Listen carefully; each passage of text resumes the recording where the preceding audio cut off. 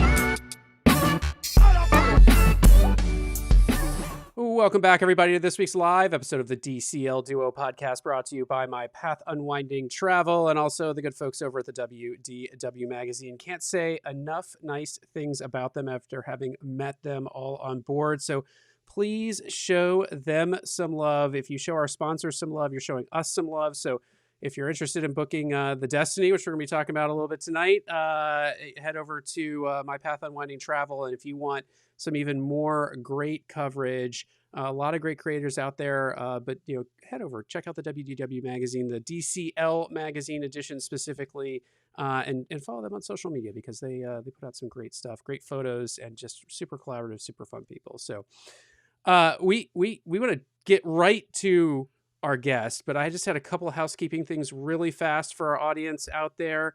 A couple quick things. One is, we say it all the time at the front of the show, but another way to show us some really easy love is to hit those 5 stars over on Apple Podcasts. Hit that like and subscribe button here on YouTube. It super helps us out. Please do that. If you've been loving our Destiny coverage, it is the jet fuel that keeps us going to see folks, just commenting and responding, giving us those great reviews and subscribing to the channel.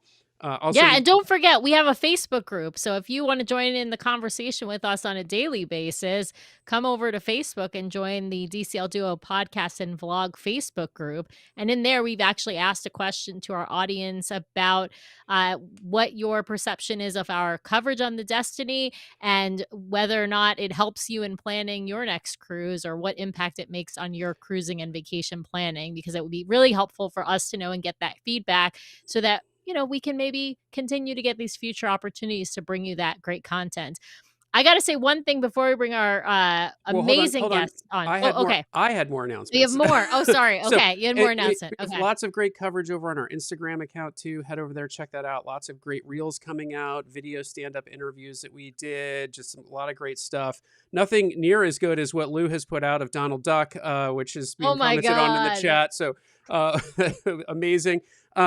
The other thing I wanted to say is we've got a lot of, I wanted to plug again what Sam just said, which is we've got this Facebook group where we are seeking feedback on, did you like the coverage? What did you like about it? How has it, sort of influenced your decision about the Destiny?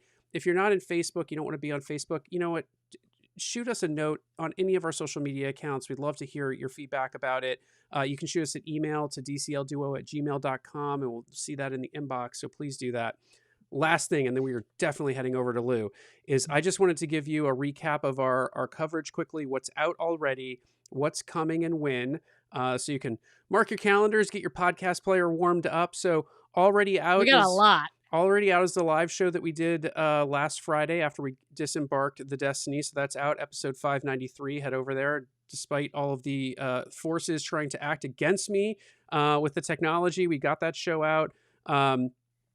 Episode 595 is out today. That is the behind-the-scenes engine room tour that I did. That is up and live, along with some information that Disney provided us about their sustainability efforts. We've gotten some great feedback already about that episode. I highly encourage you to check that out.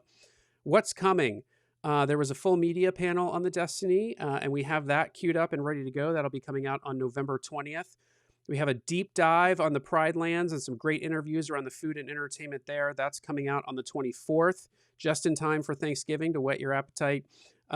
We've got a deep dive with the Hercules production show, including interviews with both Corey Bradford and Matthew Patrick Quinn. Thank you. That will be out on the 28th. We will be back live on the 28th to talk about the maiden voyage and also the Thanksgiving cruise aboard the Destiny that we're getting ready to leave to go on. And then we will have a deep dive on the bars and lounges on board with a bunch of cast member interviews coming out on December 4th.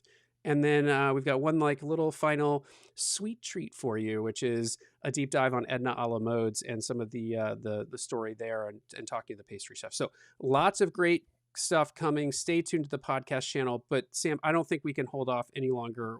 We got to get it. I got to tell you, I just got to tell folks, Attractions Magazine has a post out there. I think it's on their YouTube and also on their Facebook. And it's the Cruella's Wretched Runway show. And I'll just tell you, yours truly is featured in that video. So if you want to see me walking the Cruella's runway, I would say check out their post. I have a short clip of it that I'll put out on our Instagram as a reel pretty soon, but we have a bigger video. But yeah, let's get to Lou. The incomparable, the unassailable Lou Mongello from WDW Radio. Lou, I'm going to fan out. I cannot believe we got you on our show. It's amazing to have you here.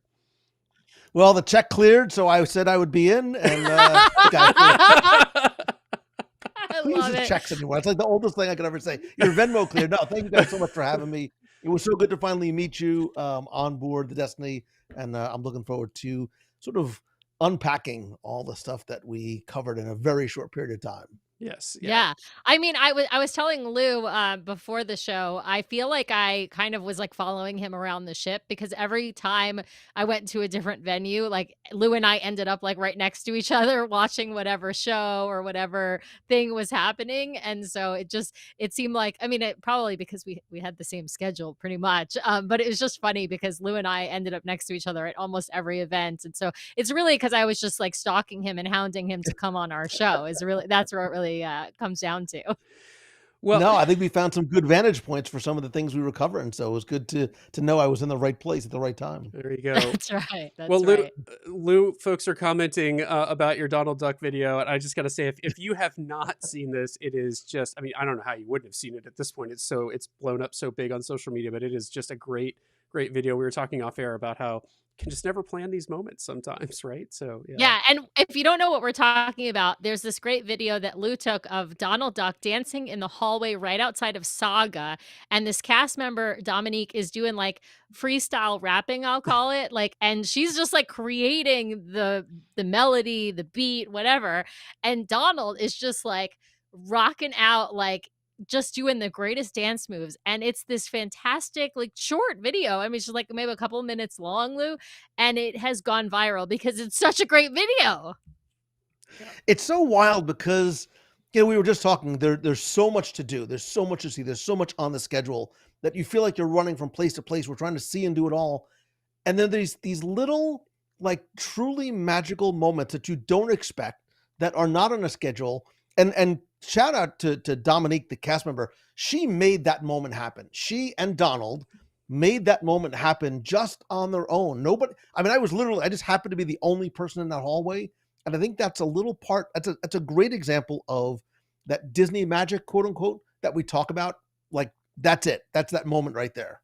Yeah, for sure. Well, you don't have, I'm going to say this, most other cruise lines and most other theme parks don't have the people, let's say they don't all have them, but like not all of them have so many people who make magical moments like that every day all around the ship, for example. So yeah, pretty cool. Love it. All right, yeah, Brian, if you see people dancing in the hallway like that, if you see people dancing in the hallway like that on other cruise lines, chances are they had too much to drink. So it's a very different but similar experience. For sure. Yes. For sure.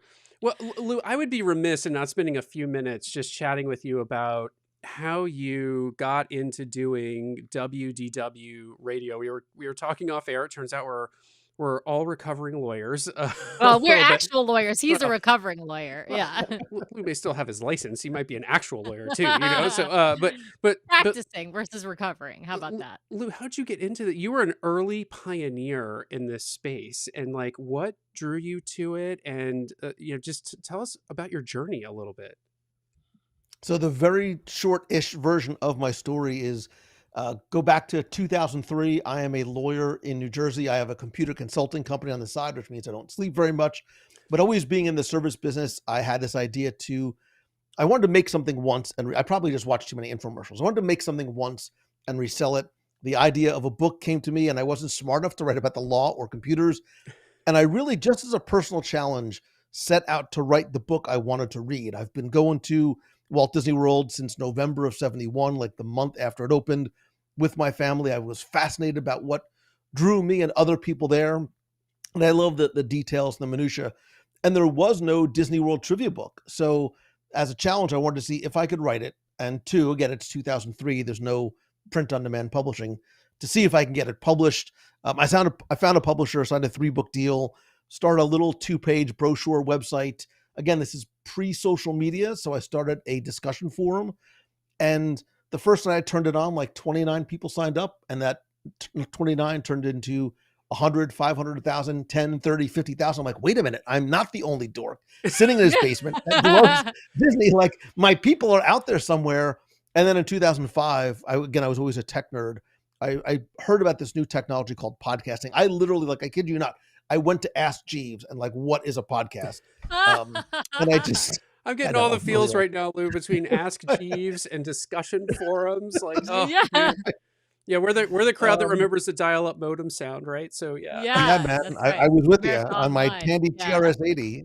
But I won. I knew that the power of the spoken word was way more powerful and impactful than anything I could write. Plus, I stunk at typing. And I started podcasting and hoped that somebody out there would listen. Fast forward a couple of years, I sold everything. I moved to Florida, and I've been doing it full time since about 2007. Did you have an inkling? I mean, it sounds like maybe not, but did you have an inkling it would get as big? I mean, you are a recognizable personality. People seek you out. I've seen you at the Run Disney races, cheering people on. Like, did you think it would get as big as it has gotten? Never. I still look. I kid you not, man. I pinch myself every day that I am so blessed and been given the gift to do what I do. Like, writing the book was like on a whim, like just to see if I could do it, never anticipating it would turn into not just something that would become my full-time career, but something that would change the entire trajectory of my life, like forever. Well, and it's had monumental impact on a bunch of people. I mean, all of your fans, your listeners. I mean, you're having impact all the time across these audiences. Like, it's unbelievable, and it gives me hope. It gives me hope. Well, thank you for saying that. You guys are very kind. I appreciate it. Let's shift over. Let's talk about the Destiny. We were all just on board. First impressions. Like, what really stood out to you? I think Disney's doing a lot of new things, but as you reflect back on some of those, those new things that they're doing, did anything stand out to you as like truly innovative, like something that you're like, wow, they really pulled that off? So before I even stepped foot on board, I was excited about the heroes and villains theme, right? Mm-hmm. I've been on all the other ships in the past, and there's things that I like about each. I really, really love the treasure, but I'm a Marvel guy, and I'm a Star Wars guy, I'm a Disney guy. So that very much appealed to me. But if you're asking for a sort of one thing that really stood out to me, it's not based in technology. It's not based on some sort of new special effect. I think that the storytelling and the storytellers on the Disney Destiny have sort of raised the bar in terms of interactive, immersive, somewhat intimate storytelling experiences that we as guests not just get to passively experience, but also get to be part of as well. Oh, for Yeah, sure. totally agree. I think they really started that with the treasure. I gotta give Disney credit that they really started that with the Well, I treasure think they started with the because Star Cruiser, but yeah. well, okay, well, yeah, Yeah. if we're gonna yeah, but I mean on Disney Cruise Line, where they started it, I think is the treasure because I don't really think they effectively did that storytelling on the Wish. Like, I know there are 2 storytellers on the Wish, but I never have felt any kind of connection to them. When we first went on the treasure, Sage and Coriander, I feel like with like their first show, there was that connection that they established. The way that they were telling stories was in new and innovative ways, and they were really bringing the audience into the conversation. And there was a lot of ad libbing and, playing to the audience and breaking that fourth wall, right? Like, so I feel like that's where it kind of started. But I think you're right. Like, the Destiny is just amping it up another notch. I've got to ask what your favorite of those new sort of storytelling experiences is on the Destiny. You, of course, mentioned you're a big Marvel fan and Star Wars fan and villains fan, but like there's so many, and so it's hard probably to choose. I'm just curious which one stood out to you as like, oh, this is like the best thing. I would watch this every day. If I had to sort of pick a singular thing, because I think the way that they have done the Grand Hall here and turning that into this storytelling venue that transforms throughout the entire ship, again, is sort of the treasure turned up to 11.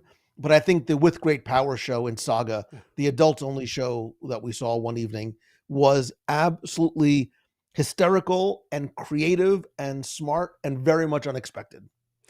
One question we got about that show, Lou, and I'd be curious about your take, was we really hyped that up on our show when we did it because we loved it too. And some folks asked, well, am I going to get it? Is it going to be funny if I'm not like super into Marvel? And I think that's a good question just across this ship. If you're not super into Marvel, is this ship really for you? And I don't know that I have the answer to that question. I'm kind of waiting to see like how others experience it, but I'm curious if you have a thought about that. So I think it's interesting. And again, we got a very condensed, compact, abbreviated version of what a full sailing with guests, and more importantly, with guests with children, Yeah. because I think it's going to feel differently when that happens, what that experience is like. I think, the nice thing about the Wish class ships is the Wish and the Treasure and the Destiny are all going to appeal to potentially different people. And there's a lot of Yeah. overlap as well for different reasons. I think the heroes and villains theme, I don't think you have to be a Marvel fan. There really was not much Star Wars at all that I saw other than in the kids club, but there are other just Disney animated heroes and villains and pirates and heroes, things like that are entirely through. So I think you can see that show and appreciate it for what it is, even if you don't necessarily get every single subtle nuance that they may reference. But those jokes, those deep cuts, those Easter eggs are there for the hardcore fans if they're paying attention. Yeah, Yeah. it is interesting the way that because I mean, when the Wish came out, it was a derisive or divisive ship in the DCL community. And now we're hearing from people who are like, I actually really like the Wish as compared to the Treasure because, my daughter's into princesses and princess theming and, or my son is, I think it's been really interesting to watch the journey of these Wish class ships and how they can appeal to the princess theming, the parks theming, and now the heroes and villains theming. There's a good question in the chat from our friend CT who says, like, what do you think is next in the Wish class in terms of theming? I mean, do you have any? I mean, we don't have any. None of us have any real information on this, but like, Yeah. if you were going to take a stab at like what the next theming would be, where would you head? So I think it's really interesting because we've seen in the past Marvel Day at Sea, Star Wars Day at Sea, Pixar Day at Sea, these sort of themed days at seas. And I think this is really the first time that we've seen a unified Mhm. ship-wide theme. Yes, Mhm. the Wish is very princess heavy. The Treasure is more parks, but not necessarily in the way that there is this single almost connective tissue. And the dots are connected for you thanks Mhm. to the storytellers, thanks to some of the characters that make their appearances, for example, in the Grand Hall. I think this is a next step, and maybe let's test and see how well this is received. Will Mhm. people who are not necessarily quote unquote heroes and villains fans be attracted to this? Will this be intriguing enough to those guests to come because of the destination, or because you're a huge Loki fan, or because you love Black Mhm. Panther or Lion King? You know, the food in the show in the Pride Lands Theater is fantastic. And look, Hercules alone is reason enough to book a cruise on this ship. So, Absolutely. yeah. Oh my God. Yeah. Well, and I think that's an interesting point. I also think there's always the questions about repeatability, right? So, like, when you do have a more unified theme where it's, as you mentioned, I like the connective tissue, right? Where there's this theme that sort of does go through the entirety of the ship. For the most part, with maybe a couple small exceptions like Haunted Mansion Parlor, which we love, but of course doesn't really fit the theme. But I wonder if that does influence people on the repeatability. For me, I feel like there's so much to do and see. And several of the things that we saw, in fact, the Cruella troublemaking event, I actually went to twice, and it's not different, so different, but it's not the same each time, right? Like, it's a little bit different because there's some audience participation. So yeah, I feel like to me it's completely repeatable, but I'm it'll be curious to see. I think that is the test for Disney, as to like how repeatable it is with a theme, and will they want to, move to another theme, like perhaps a Pixar theme. I mean, Pixar is huge. They do, they've done Pixar nights at the park, they've done Pixar Day at Sea. I wonder if they'll do, the deep dive there next. So we'll have I to think see. Disney Cruise Line fans, look, how many times have we been on insert your favorite ship here, right? Whether it's the Right. Mhm. fantasy, whether it's the wonder. We're not necessarily going because of the theme. Sometimes we're not even going because of the destination. We might just love that ship. Yes. I think the Wish class ships are going to attract the same way. Yes, you might have seen the Cruella de Vil show. You might have seen the fashion runway walk, but it's still super fun. Or that maybe you miss it. Maybe you don't need to see it every single Mhm. time you go. And that's when you can go and have a more relaxing evening up in the Rose, or you go and just hang out in Saga, or go to Cask and Cannon, wherever it might be. And I think that's the beauty of having so much to do, is that Mhm. there is a, quote unquote, rewritability factor to these ships. Having just come off, I feel like I need to go on again. Like, I feel I Yeah. need to like do it again, because I feel like I missed so much. Like we were saying earlier, like Same. wonderfully exhausted, gratefully exhausted. Exhaustion is a privilege, but I want to go back and I want to see Hercules again, and I want to spend more time in Cask and Cannon. There's so much food I didn't even eat yet that I just owe it, not just to myself, but to other But to people. the world, to the world, you owe it to the world, right? For science, It's right? Like, we research. have It's to, research. it's Yeah. research, There, exactly. there's there's there's a really great comment here in the chat that I kind of wanted to discuss for a second. It says villains have been notoriously more difficult and rare to meet in the park. Some have speculated that it's due in part to poor guest behavior with them. How do you think DCL will handle this? I actually found the explanation from Disney Cruise Line on this ship really interesting, coming from the spokespeople, about the fact that, like, characters and heroes, they're huggable. You can have these really fun interactions with them. Villains, not huggable, right? Like you're not going to run up and give Loki a hug. And I wonder if Some that's people part. might. Yeah, some people. I mean, yeah, But but they but might look at you. The villain should look at you funny, and they should be like, ugh, right? Like, they should have a reaction. but You I would think hope this that is they would have a reaction. but I think this is where Disney kind of unlocked this interesting concept of the meet and play, or the greet and play Mhm. experience with these villains. What did you think about? I mean, it's part of the immersion, but what did you think about that concept, Lou? Again, I think it's this next level of storytelling. We don't just want to watch the characters come out and put on a show and then disappear, and then we have to get online, right? We love getting online. So we don't want to get online again. And I like the way that sort of the performative part of the experience was over, and then Black Panther says, I'm going to stay and meet some of the subjects in my kingdom. Some of the other characters, Maleficent, when she's done with her show, says, you are welcome to leave if you want. If you're brave enough to stay, like one by one, row by row, you can come up. And so I like the fact that they have made the meet and greet experience part of the play and show experience.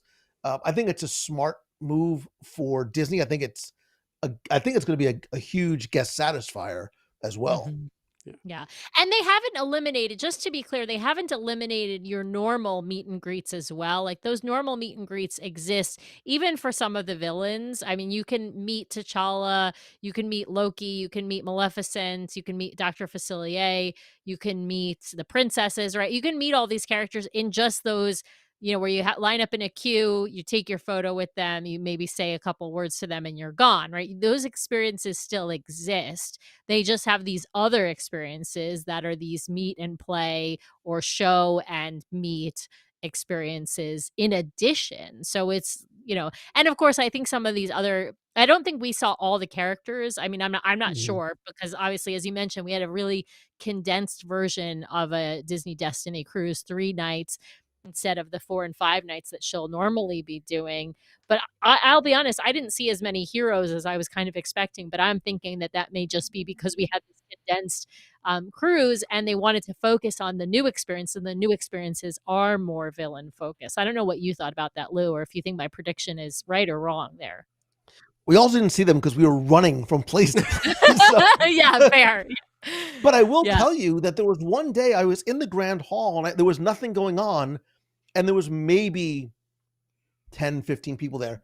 And Spider-Man just hanging out. I was like, Yes. walking around, I was like, what? And I'm a huge Spider-Man fan. So I was like, this is super. It had a sort of almost like a Disneyland vibe to it. Like Spidey was just sort of like hanging out, passed his way through. And he said, like, I just finished my show, was able to chat a little bit. So I liked those little surprise moments that you don't necessarily have to line up for or put on a schedule.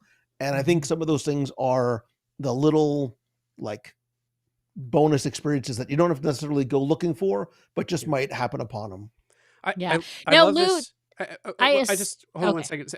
I love this comment in the chat. It says Disney has probably gotten more experience with villains' interactions from the Galactic Star Cruiser. I was going to ask that. I was going to bring that up too, Brian. That's funny. We were both going the same place. Yeah, I feel like I did see them taking some of the lessons and learnings and opportunities they had from the Star Cruiser and bringing it on board this ship. Is that your sense as well? I mean, I know they had some creative people from the Star Cruiser kind of in on this process, so I'm imagining there's actually a direct line, not a dotted line. But what did you think about that? Without a doubt, you can absolutely see influence from the Star Cruiser. Look at the Star Cruiser. Say what you want about it. First of all, I did it twice. I loved the experience, and was it potentially a very expensive learning opportunity for Disney? Yes, but I think they did. I think they took some of those lessons. And just to be clear, I've never seen like poor guest interactions sort of on a regular basis. You get a knucklehead every now and then, but I've never seen sort of poor guest interactions, even with the villains, right? But it's different. Meeting Maleficent is going to be very different than going up and meeting Captain Minnie or meeting Pluto, the conversations that you're going to have. But I think for the most part, 99.999% of guests are respectful and they're just trying to have fun with it. And I think the other thing I found too was the characters themselves were also really, really, really well done. Like I thought Maleficent and Loki were brilliant so good. in all the different ways and places that I saw them. Like I bought in, and I found myself multiple times on this cruise. Like I feel like I just have this big stupid grin. Mind you, I went by myself. I had this big stupid grin on my face, like watching Loki and watching all these different characters. So I think they definitely have sort of found the secret sauce. Yeah. Well, and I think you're absolutely right. These cast members, like whoever was playing Maleficent and Loki and oh my God, Dr. Facilier, like they were so good. And these are not, necessarily the folks who were on stage in the Walt Disney Theater doing Hercules. These are other actors. But oh my God, the voices, the accents, the mannerisms, the body movements, like they completely inhabited those characters. Like they became those characters. And that's one of the things I loved about Star Cruiser. We did Star Cruiser only once. I wish we had done it like a million times, to be perfectly honest. We tried. We loved it. We loved it so much. We were able to do it like shortly before they closed. But I feel like they just, inhabited these characters in such a real way. And I felt myself grinning, cheesing the entire time too. I felt like I was a kid. Like I honestly, I think I get that anytime we're on a Disney cruise to some degree, But I honestly think on the Destiny it was even more so. Yeah. I mean, I was dressed as Sam, you're Hero Mini, packing how let's many be pairs of honest. ears for the maiden voyage? So yeah, I think you do become like I'm a a kid. little Yes. I let's just say we're on for 8 nights and I have more than 8 pairs of ears packed for the trip. So yeah, we'll put that out there. I gotta ask about what you think about Star Wars and the future with Disney Cruise Line. We got a great question from CT in the chat about, is Star Wars theming coming next? Has Star Cruiser and Hyperspace Lounge, have they scared the engineers off of Star Wars, or do we think there's an opportunity maybe for a better Star Wars bar or some better Star Wars interactive experiences? I mean, I do think I saw Rey and Chewie in the launch bay in the kids club on the Destiny the other day and had a great interaction. I talked to them about the Halcyon and how we had to fight Kylo Ren. I got some video with them and they were wonderful. But like, is DCL scared off from going further into Star Wars? I don't think it's being scared off. I think if you take an entire ship and make it the Star Wars ship, well, it very much sort of sits in the four corners of appealing to a certain type of fandom. Yeah. Whereas Right. if you have a broader stroke of the brush with heroes and villains, you know there's going to be Hercules, there's going to be Maleficent, there's going to be Big Hero 6, there's going to be Marvel characters. So you'll find the hero and or villain that appeal to you, where Star Wars, as broad as it is, I think might be too narrowly focused to make an entire ship like themed after that. Now, that being said, I've done Star Wars Day at Sea, which I loved because you knew like everybody was on board was a Star Wars fan and we were all going to nerd out like on the singular Star Wars Day at Sea. I think Marvel Day at Sea is one of the best Disney Cruise Line experiences I have ever had, period. So I think what we're starting to see is sort of a hybrid of that, right? You might not see an entire ship dedicated to a specific franchise or IP, but depending on how this ship does and the treasure does, they will look and see, how do these sort of continuously themed cruises, how do they compare and contrast, or just offer another option from the classic ships and the Dream class? Yeah. For sure. I would love to see a sublight lounge on the next Wish class ship. I'm gonna put that out into the universe, because Hyperspace Lounge was unfortunately a disappointment. I don't hate it. It's just it could have been so much more. That's why I just want to, it's not. I'm not mad. I mean, I know that was COVID times and all of that, and so they probably had to value engineer a lot of stuff, but I had such high hopes and unfortunately they weren't met. But I think you're right. I think we could see some more Star Wars theming, but it's not going to be a whole ship. I'd be okay if they brought back Star Wars Day at Sea, frankly. I mean, we did it twice. We loved it. We thought it was great. Great with, Darth Vader and the stormtroopers taking over the ship. They could certainly update it and make it, Kylo Ren and the stormtroopers taking over the ship, kind of like they did on the Star Cruiser. I think there's definitely opportunity there. I would love to see them do that. But I think just to quickly answer, there's a question in the chat about Mickey and Minnie on the Destiny. And yes, they're still there. Like all the Fab Five are still there in addition to all the heroes and villains. So you're not going to get on this ship and not see. We saw Pluto, we saw Mickey, we saw Minnie. I didn't see Goofy, but obviously I did. I saw Goofy. Obviously, Lou encountered Donald. So I they're all there. I saw all of them at least in their pirate costumes and their cruise line kind of traditional costumes. We didn't talk about this on the live show that we did. They have a whole hero's character story for each of the Fab Five. They all have a superhero power on board. They have these little figurine sets that they're selling that showcase the superpowers of the Fab Five. I know, but they don't have the outfits that match those. So that's the one thing I've got to say. So they've got these figurines with all Fab Five characters, and they all have like a superhero costume, and they all have like a superhero power. And even the Hero Mini is in a different costume than the Hero Mini that is the Hero Mini of the ship. So she's in blue versus being in red. But those characters, we have not seen new superhero outfits for the rest of the Fab Five yet. Yeah. So I'm hopeful that we're going to see a Hero Mickey, a Hero Pluto, Hero Donald, and Hero Goofy at least. I feel like we've got to see them on board the Destiny at some point, but I don't know. So maybe not. Lou, you mentioned you got to get back on to eat more stuff. So I got to ask you about Pride Lands. What did you think of the food and the show element when we attended the panel in there? They were talking about, what you have to balance out. Is it a show and dinner, or is it dinner and a show, right? And so how do you Mhm. think about them striking that balance? And what do you think of the food and the show overall? So I thought the food was excellent. Like, I wanted more time and more table space, so I could have ordered more. I love being a little adventurous with food, and I think this is adventurous enough to satisfy a variety of different palates while still being safe enough for the quote unquote average everyday, chicken finger hamburger guest that does not want to, like, the thought of eating African inspired food might completely freak them out.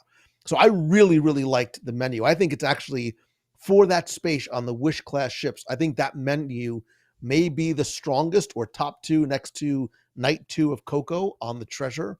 I think Hard those two agree. menus are the best. Yeah, without a doubt. As far as the show element is concerned, I think this is an interesting change from Arendelle and from Coco, which are very visual heavy. They're also Mhm. character heavy. There are no characters here. Now, Mhm. what I mean by that is there are performers who are ridiculously gifted and talented. Yes. Like, I was moved, it was emotional, it was beautiful. But I think that there's pros and cons to this show, because obviously in that space where you sit for the Frozen show and where you sit for Coco impacts your experience. It is what it is. I have sat in the back, I have sat behind a pole, and my experience has not been the same as when I've been fortunate to sit much closer up. That's due in part because it is so visual heavy. They are character driven experiences where you need to see Anna, you need to see Elsa, you need to see Olaf, you need to see, Oaken, you want to see Miguel from Coco, you want to see all these different things. Because that's not part of this show, and again, I haven't sat in I've only seen it once, so I haven't sat in different. I think the visuals are potentially less important. Are they trying to potentially obviate that complaint from guests that, Mhm. hey, I'm sitting behind the pole, my kid couldn't see anything? I want to see this show from a different view, and I also want to see it with kids because there Yes. are no characters, there Yeah. are no costumes, there are no puppets. Again, gifted musicians, gifted singers, gifted dancer, but for a little kid, will that potentially hold their attention the same way the dinner and the show element of Arendelle and Coco will? Yeah. Mhm. That's a great And question. it is kind of a longer show. I felt, I'll be perfectly honest here, because I'm 100% agreeing with you on food and everything you've said about the show as well. I felt like the show was a little too long. I'm going to be honest. I mean, I loved it all, but I just felt like it didn't need to be 4 segments. I felt like it could have been condensed into 3 segments. With obviously pauses in between that they try to do for service. It doesn't always work out perfectly with the timing, but I think you're right about the visuals being less important, but I felt like, I just felt like the show was just a little bit too long. Well, and we know, we know they're still in test and adjust on some of these Oh, experiences, because sure. they mentioned for the Cruella show in DeVille's that, there were like Imagineers in there watching how Mhm. people were doing it to sort of say, like, is this working? How do we shift this? So it's very possible that they say, okay, well, let's condense act 3 and 4 and make it into one. It was noticeable to me that when they got to act 4, like, the restaurant was already half cleared out. And I was like, oh, everyone thought the show was over and they've left. No, And because it's, they want to make sure they can go see Hercules. That's yeah, that's fair. going to be the issue there, Yeah. right? Yeah. Yeah. Totally fair. And it is Yeah. definitely worth seeing. Although we had second dinner, so we saw Hercules first. So nobody Okay. was headed to Hercules after, but they were probably headed to the bars, and the adult activities in the bar spaces as well. So, but yeah, I just felt like there was a point at which they could have condensed it more. But I think you're right. It's going to be interesting to see. We'll see how. Now our son is almost 12, so we're going to see how he enjoys the show. I will say I think he enjoys the show in Arendelle and in Coco, but he's not much of a show kid, so he might not really be Mhm. the best measure of whether or not it keeps his attention anyway, because he won't sit in the theater to see Hercules with me, despite Right. all of my poking and prodding. But we have some friends that'll be sailing with us, and I'll have to see what their kids think, because they're more theater kids. Speaking of Hercules, I mean, you mentioned that you're a fan, Lou. So I mean, I don't think anyone on right now would say anything less than it is a home run of a show. But it is a different. It's the same story, but they kept emphasizing it's like a modern interpretation. And what did you think of how they put that show together? So I'm going to step back and say that Moana on the Treasure is ridiculously good. I think it is far and away the best. We talk about the shows being Broadway quality. It is, you could pick that up and put it in a Broadway theater and it would play perfectly. It's emotional. It's the only time ever in 20 plus years of Disney cruising I've ever left Castaway early so I could see the matinee and then go back and see it again at night. That's how much I loved it. Yeah. I had heard that from people who'd been on The Crossing and things like that, like, just wait till you see Hercules, which I love. My family loves. It's a very different show. The pacing is different. The highs and low moments are not necessarily as extreme. It is more of a love story than it is something maybe as an emotional journey as Moana. I think Hercules was sort of like a ladder, right? It was like a slow build to get to those moments. I think, again, incredibly strong cast, like from the music. Take the muses and put them in Saga, and I will sit there and watch and listen to them all night long. Phenomenal. Incredibly good. Same thing for Hercules, same thing for Hades. And then that finale, which sort of was like a fourth act for me, that curtain call was like an act in and of itself. Yeah. It is so well done. I want to bring my kids to see. Now, my daughter is a theater kid. She does production design and stage management, and like, it's her career. I want her to go and see Moana, and then I want to go to see Hercules, and then I want to get her sort of from a professional lens what her thought is on it. But you sit in that theater, you forget that you're on a ship. Absolutely. Has she seen Beauty and the Beast? Because I feel like that's the other one that is okay. Yeah, because that's the other one that the set design, the staging, the technology integration is just so good. Like, I have to say, like, it's so hard for me to pick favorites. I mean, right now Hercules is the favorite. I gotta, it's so good. And Corey J. Bradford as Hercules is like, blows anyone's mind, really. And I mean, everyone was better than like the next person, right? Like, you've got Matthew, you've got Corey, you've got Elaney, you've got the Muses. Like, everybody's so, you got Pegasus, who's so freaking good. I can't even tell you. Didn't say a single word. He doesn't say a single word, and got one of the biggest standing ovations of the whole night. Yeah. So it's all of these people are incredible, but yeah, it's hard to always pick a favorite because all of those productions are so fantastic. Here's my question for actually both of you. Sam is a Broadway fan. Lou, clearly you've got love for these shows. It feels like you said earlier, it's like the Treasure taken up to 11. And I feel like in some ways Hercules was like Moana taken up. Everything's bigger, everything's bolder, lots of new and kind of innovative effects. More puppets on the stage. Yeah. Like, I can't imagine, where do they go from here? How do they take the Destiny to 11? And like, it feels like they're starting to run themselves to the end of the alley here, because I don't know where you go next from this stuff. So I don't know if you have any thoughts it's there. A great problem. Yeah, it's a great problem for them to have because they are setting the bar and guest expectations so very high. But I think everyone that they do is also a learning experience, and Disney takes feedback from guests very seriously. So they're going to listen to what resonates, what doesn't, what works and what doesn't. And I think the cruise you're going to have in a week from now is probably going to feel different than the one that we just did. Not just because it was a media cruise versus a maiden voyage, but because I think these are iterative processes, right? Every they have the ability to continue to iterate and learn from every cruise before. What works, what doesn't, what lands, what doesn't, what they can add on. I know that what we saw for a number of different things was not the final version. I think what you're going to see in a week will be more refined. There'll be more tweaks that are made to it, not just from a technology perspective, but from a performance perspective as well.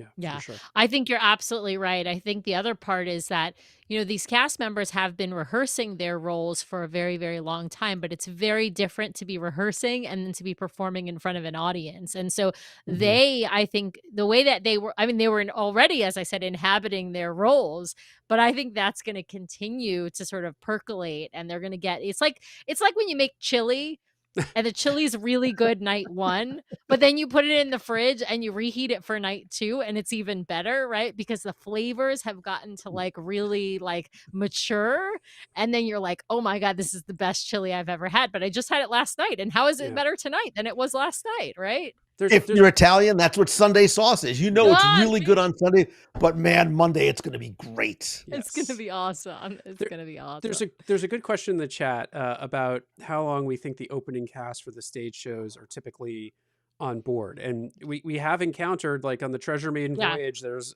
like almost a complete cast turnover between the Maiden and the cruise right after it. Yeah, So but that was not the cast, that was not the stage cast. So the stage cast, from my memory, the stage cast turned over, I think it was in March, so for the Treasure. So they were on from, Christmas was the Maiden. Of course, they had some preview cruises before that, right? So if you're going from the Maiden to when they're gonna turn over, I'm gonna say it was about 4 months with the Treasure. So it's not an exact number. I can't give you the number of days because obviously, but especially with the stage cast, because they are on, doing rehearsals and workshopping and all of that in Toronto, then they're getting on the ship in the Netherlands and doing the entire crossing and they're doing rehearsals. Then they're doing, previews, cast previews and TA previews and media previews and all that. And then they're actually on with paid passengers. So if I don't know, Lou, if you remember differently, but that's my memory was I think it was like mid-March that they shifted over to Treasure Cast 2 for the main stage. There's other people that rotate at different times. Yeah, so as you were talking, I was looking because somebody had just commented and followed me today from one of the videos I had posted. And he's somebody who's going to be the Broadway guest artist that's going to be portraying Oh, yeah. Hades in Hercules on the Destiny. And he says starting in May 2026. So I don't know if there's going to be another Hades in between. But to your point, if that is sort of the rotation, the cycle that they use, because I thought Hades here was phenomenal. I thought he was so good. So the Broadway visiting artist is a shorter contract than the regular main stage cast. So I think I think there will probably be another Hades in between before he comes on. So I think that might be the third Hades, but I still think it will be the same main stage cast. But I saw his post and he looks like he's going to be fabulous based on his resume as well. But yeah, it's again, super strong cast across the board. So good. Let me shift us off the Destiny for a bit, because I'd be remiss if we didn't spend at least a few minutes with you here, Lou, talking about kind of the future. And we've talked a little about the Wish class, but we got these Meridian class ships coming, which shout out to our friend CT in the chat, who actually, I don't know where that came from, but he started calling it Meridian class and we were on board, and we've heard from a couple of people that we heard Cast calling it Meridian. I'm just going to put that out Meridian, there. So we're going to call it the Meridian class. We actually think that might in fact be the project name. So Triton was the project name for the Wish class. A lot of people still call it the Triton class. I'm just going to tell you, if you call it the Triton class, you're actually wrong. And that was the project name. It's called the Wish class. I don't blame you because it was the project name. She has strong opinions, folks. Strong opinions. Well, just call it the Wish class. It's, you know, the Magic class, the Dream class is the first ship of its class. That's the name of the class. But it was the project name was Triton. The project name does actually appear to be the Meridian project, if it, unless that's just some random coincidence. But anyway, sorry. So Lou, what are you? So it's going to be a step back in terms of size. Something in between the fantasy and the Wish. What are you hoping to see out of these ships? And do you think the star of the show will continue to be the ships, or do you think because they're making these smaller ships, we're going to see a pivot to the star of the show is now going to be some of the port experiences we can bring you because we're going to have smaller ships? Yeah. So I think it's a balance of. I think it's absolutely a balance of both. Bigger does not necessarily mean better. I have been on other cruise lines that have some larger ships, and look. Lou, you've cheated on Disney Cruise Line. My goodness. I mean, I was dragged kicking and screaming, but it is interesting to compare and contrast, because when those ships are full, man, they feel full, and it's a very different vibe and feel. So I'm very happy that they are going backwards in terms of size. Bigger is not always better. I love the classic ships. The Magic and Wonder are some of my favorites, but to your point, the Wonder to Alaska is like the perfect ship in the perfect port. I think that is the like ideal Disney cruise vacation, very different than the Caribbean ones. Increasing the fleet size to 13 ships, it does now, I mean, look, we as guests get to benefit, because now it's, what ship do you want to go on? What port do you want to go to? What theme do you want to go to? There are all these different factors that let us choose and go back to our favorites and then try something new. I'm very curious to see not just how they are going to take inspiration and lessons from the Magic class, the Dream class, the Wish class, and incorporate those into this new design. I think that there may have been some design choices on the Wish class that did not necessarily resonate with every single guest. Yeah. Question mark. Yeah. So they'll take those lessons learned, implement that on this ship. And again, I'm also curious to see what ships are going to sort of find permanent homes where. Are we going to find ships having more permanent homes, relatively speaking, on the West Coast? Are there going to be different destinations that are going to be added to the Disney Cruise Line itineraries? I would think so.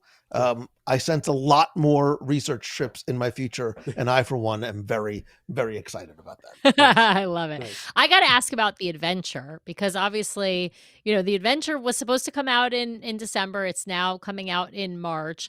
Do you have plans to sail on the Adventure? And if yes, tell us what you're excited for. If no, tell us how come not. I mean, it's hard to get to. So And let us obviously, know when you're available to come back on the show, because we right, do not have because the we don't Adventure have booked anything. ourselves. We don't have anything booked ourselves, not because we don't want to. It's just, it's such a long trip, and we have a school age kid, and it's just really impossible to fit that in the schedule. Unless Disney wants to send me. If Disney wants to send me, I will be there. I will, yeah.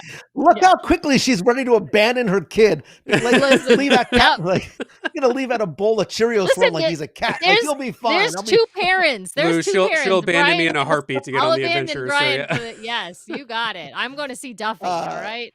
I am an empty nester. Not that would have stopped me otherwise. I am actually booked. I was actually booked before they postponed the voyages from January to March. So I am booked. I'm actually doing back to back, and the reason why is twofold. One, yes, it's a long way to get there, but two, the ship is so big. Yeah. More importantly, let's be honest, there are so many restaurants, I cannot eat it all in 4 days. So I need to go back to back so that I can try and like just I think munch even my way from forward. Yeah.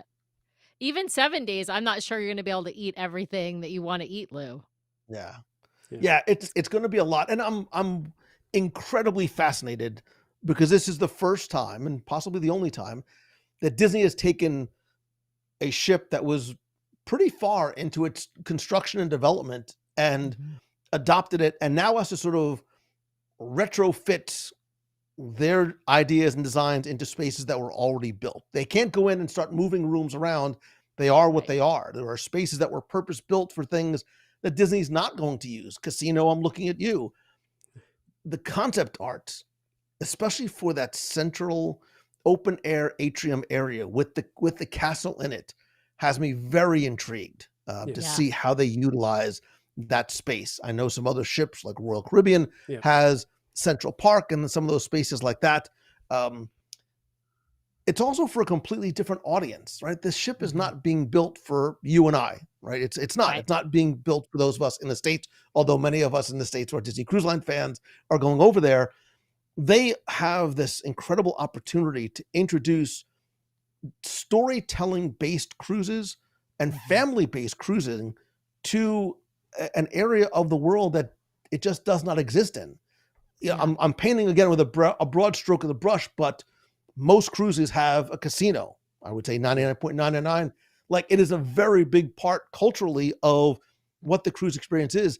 Disney does not want to go down and hoe that road. And I agree 1,000% that they shouldn't, but it's going to be this family-based, storytelling-based cruising experience that they're going to introduce to a completely new market that's either going to embrace it and adopt it or not. And if not, they'll move that ship somewhere else.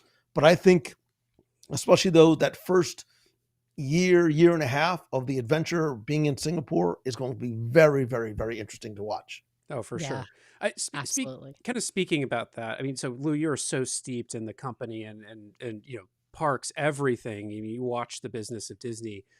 With the cruise line, what we've noticed of late is, so I mean, they're expanding the fleet very rapidly. We're starting now to see things that we would not have imagined seeing before, like sales and the Destiny and the Treasure are both have sales on them already and cast member rates. Like, do you think they might be going a little too fast for the market, or do you think they're hitting their sweet spot? They're going to figure this all out in the end. I don't think they're going too fast. I think what they're going to do is start making and creating more opportunities for more people to experience Disney Cruise Line. I think for years past, it was, and look, as for anything that you do with Disney, there is a premium associated with it, as well it should be, because it is worth it, it's earned it, etc. I think that gap, I think the nexus between what the Disney Cruise Line pricing was and what other cruise line pricing is, I think that is very much starting to level out a little bit.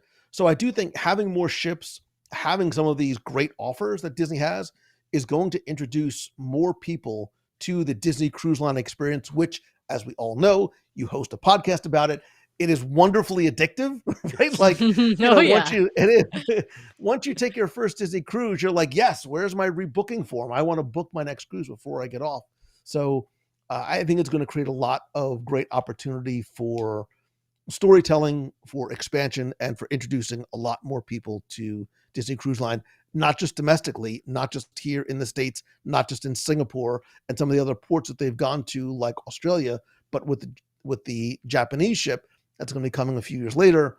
I think, again, you're going to be expanding to a whole other region of the world that just that hasn't had the benefit of what the DCL experience is. Yeah. I got to ask a different question, which is about other cruise lines. You have mentioned you have sailed on some other cruise lines. We have sailed on a couple of other cruise lines as well. And we get the question all the time from people, I can't afford a Disney cruise for my next cruise. What's the cruise line that I should go on? I'll tell you what we recommend to people. If you're a family, we typically recommend Royal. If you are adult only, we typically recommend Virgin Voyages. But I'm curious, Lou, what your recommendations would be, if they're similar or different than ours, as far as those two categories of people. So I haven't taken Virgin yet. I'm very curious too. I've heard good things about it, especially in terms from a culinary perspective. I do understand that it is obviously for adults only. So that is a very different feel, and obviously very different group of people that are going to be coming on board. I have sailed on Royal and I have sailed on Princess, that I think they all have their fans, right? The Princess people love Princess. I think Princess potentially is trying to expand who their target demographic is, maybe skewing a little bit younger than, what I think is sort of the empty nesters, 50s, 60s pluses. I think they want to sort of go a little bit potentially younger. I think it's like Disney and Universal. They're just different, right? They're just different. That's not bad. One's not good, one's not bad. We all just have our favorites. I personally, like, even with kids who are older and cruising by myself, I love Disney. I know what I'm going to get. I know that expectations are going to be exceeded.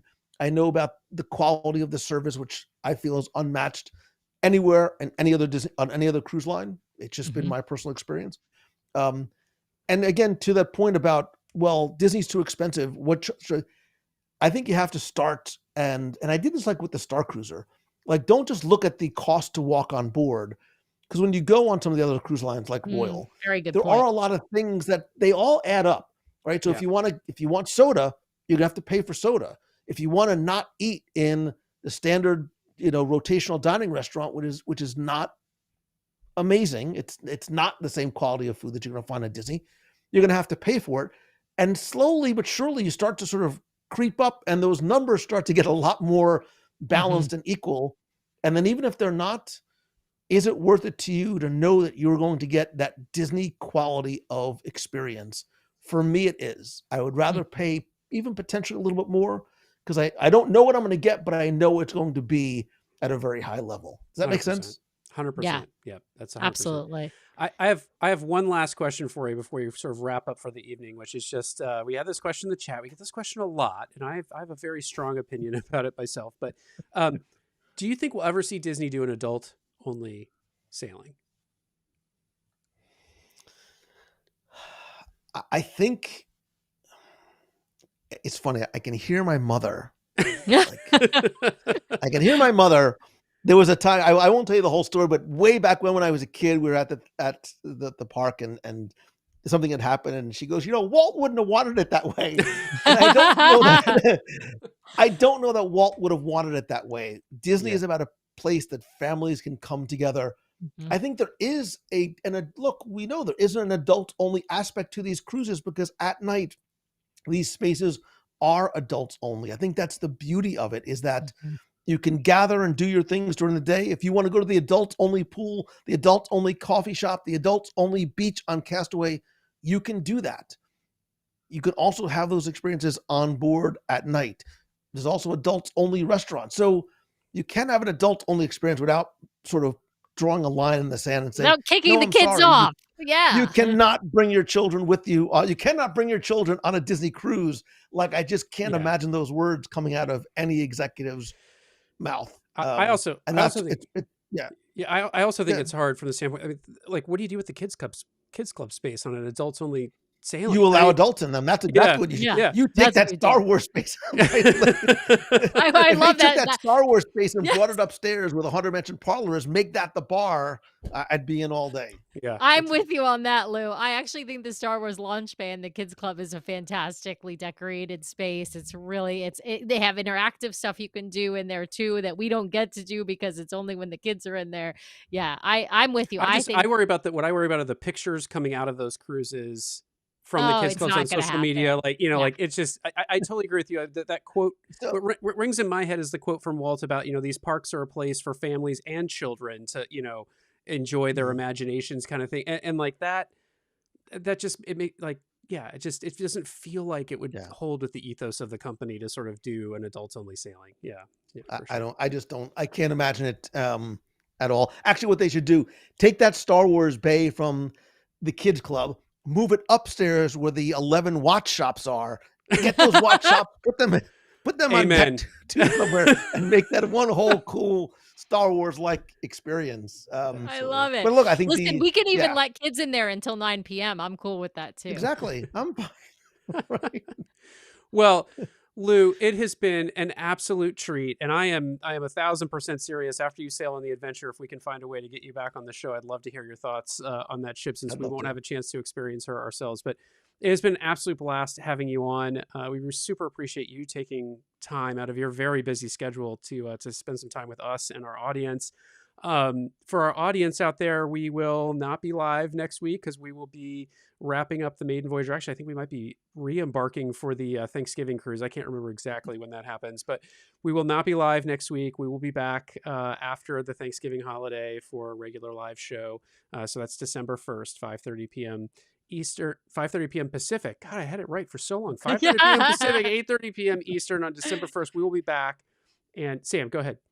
I was going to say, don't forget, if you are listening or watching and you are not following Lou Mongello, you should be following him on social media. You should be listening to his podcast, the WDW Radio podcast. He's easy to find online, but he is fabulous. And obviously, he's going to be doing a deep dive of the Destiny on his own show. He's going to put that episode out later this week, Wednesday or Thursday. Am I right, Lou? Yep. And he's got tons of great episodes, of course, all about things, all Disney. I mean, he covers parks, he covers movies, he gets great interviews with different folks from the Disney company or different, former Disney employees, writers. I mean, just fabulous content that he puts out all the time. So make sure you are listening. I will say I will be downloading Lou's episode about the Destiny because I can't wait to hear all about it from his perspective. So, Lou, an absolute treat. Thank you so much, man, for spending some time with us. No, thank you guys so much for having me. This was a lot of fun. Really appreciate the conversation, the kind words. It was so nice to meet you guys in person, and I appreciate you inviting me on. I hopefully we get to cruise again soon. Yes, I hope so. I hope so too. All right. Good night, everybody. Thanks for tuning in, and we will see you real soon.